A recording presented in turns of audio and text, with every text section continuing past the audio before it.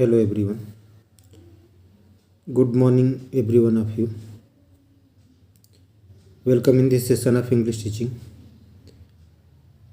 आइए आज अंग्रेजी शिक्षण के इस सत्र में हम लोग class 9th in the kingdom of fools का ये थर्ड पार्ट पढ़ने जा रहे हैं।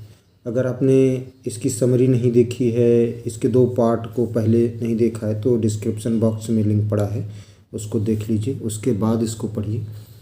आइए देखें राजा ने क्या डिसाइड किया इन द किंगडम ऑफ फूल्स, मूर्खों के राज्य में। पुअर थिंग, बेचारी, शी एब्सोल्युटली राइट, वह बिल्कुल ठीक कह रही है। नर्तकी की बात हो रही है। एब्सोल्युटली मीन्स पूरी तरह से। थॉट द किंग, राजा ने ऐसा सोचा कि वह बिल्कुल ठीक कह रही है। Weighing the evidence, weighing means तौलना, तो एविडेंस साक्ष्य को तौलते हुए। We have got the real culprit at last, अंततः हमें वास्तविक दोषी मिल ही गया है। गेट द गोल्ड स्मिथ, सुनार को पकड़ कर लाओ। Wherever he is hiding, वह जहां कहीं भी छुपा हो उसको पकड़ कर लाओ। एट वंस, तुरंत। द किंग्स बैलिप्स मीन्स कारिंदे, तो राजा के कारिंदों ने searched for the goldsmith, सुनार की तलाश की। Who was hiding in a corner of his shop, जो अपनी दुकान के कोने में कहीं छुपा था। When he heard the accusation against him, जब उसने अपने विरुद्ध आरोप को सुना तो he had his own story to tell, तो उसने अपनी खुद की कहानी सुना दी। कहा माय लॉर्ड, मेरे स्वामी, उसने कहा मेरे स्वामी, I am a poor goldsmith, मैं एक गरीब सुनार हूँ। गोल्ड स्मिथ मीन्स सुनार।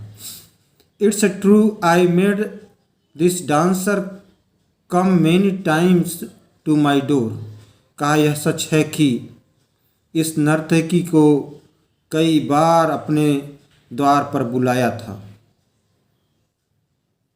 I gave her excuses, I couldn't finish making her jewellery before I finished the rich merchants order. तो यह सच है कि इस नर्तकी को कई बार अपने द्वार पर बुलाया था। मैंने इससे इसलिए बहाने बनाए थे क्योंकि धनी व्यापारी का ऑर्डर खत्म करने से पहले उसके आभूषण नहीं बना सकता था, क्योंकि धनी व्यक्ति का ऑर्डर जो लिया था पहले उसको पूरा करना था।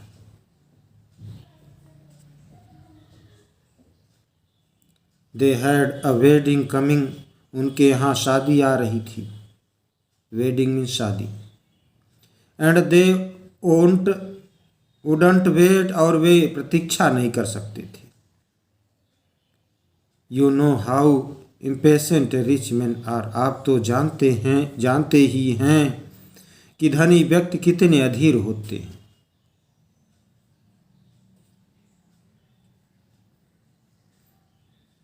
Who is this rich merchant, ये धनी व्यापारी कौन है।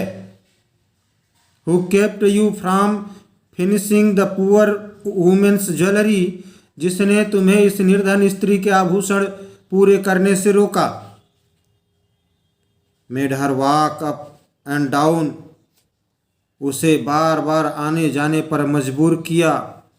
विच डिस्ट्रैक्टेड दिस ब्रिकलेयर, जिससे राजमिस्त्री का ध्यान भटका दिया। Which made a mess of his wall, जिसने अपनी दीवार गड़बड़ बनाई। Which has now fallen on an innocent man, जो अब एक निर्दोष व्यक्ति पर गिर गई है, एंड किल्ड हिम, और उसे मार डाला है। कैन यू नेम हिम, क्या तुम उसका नाम बता सकते हो?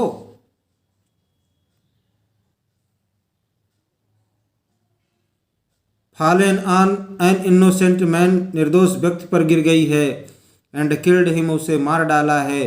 कैन यू नेम हिम, क्या तुम उसका नाम बता सकते हो? The goldsmith named the merchant. सुनार ने उस व्यापारी का नाम बताया। And he was none other than the original owner of the house, और वह कोई और नहीं वरन मूल स्वामी था, उस मकान का मकान मालिक ही था। हुज वॉल हैड फॉलन, जिसकी दीवार गिरी थी, वही था। Now justice had come full circle, अब न्याय घूम फिरकर वहीं आ गया है। थॉट द किंग, राजा ने सोचा। बैक टू द मर्चेंट, राजा ने वापस व्यापारी के बारे में सोचा, व्यापारी के विषय में सोचा। When he was rudely summoned back to the court, जब उसे कठोरता से दरबार में वापस बुलाया गया तो ही अराइव्ड क्राइंग, वह रोता हुआ आया। इट वाजंट मी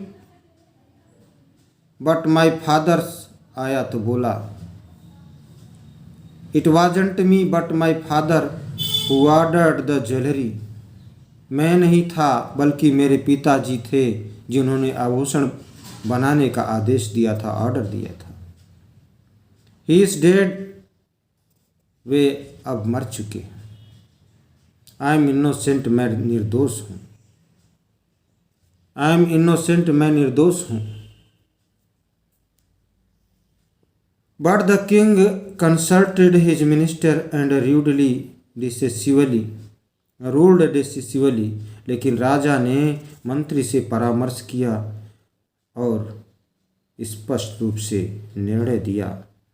कहा, it's true your father is the true murderer, यह सच है कि तुम्हारे पिता ही असली हत्यारे हैं, murderer.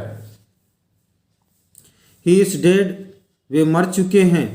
But somebody must be punished in his place, लेकिन उसके स्थान पर किसी को तो दंडित किया जाना चाहिए।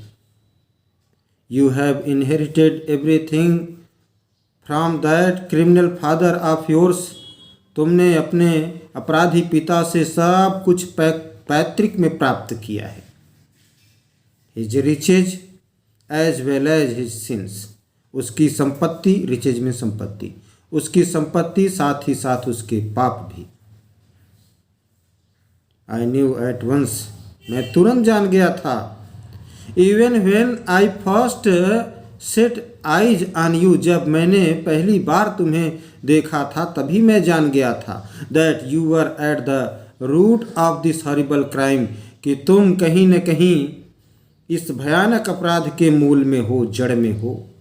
यू मस्ट डाई, तुम्हें मरना पड़ेगा।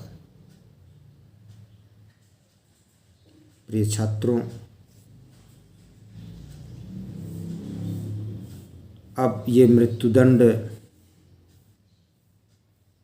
मिला, उसकी डेथ होती है कि नहीं होती है, आगे की क्या कहानी है, इसका अध्ययन हम लोग नेक्स्ट वीडियो में करेंगे। Thanks for watching me.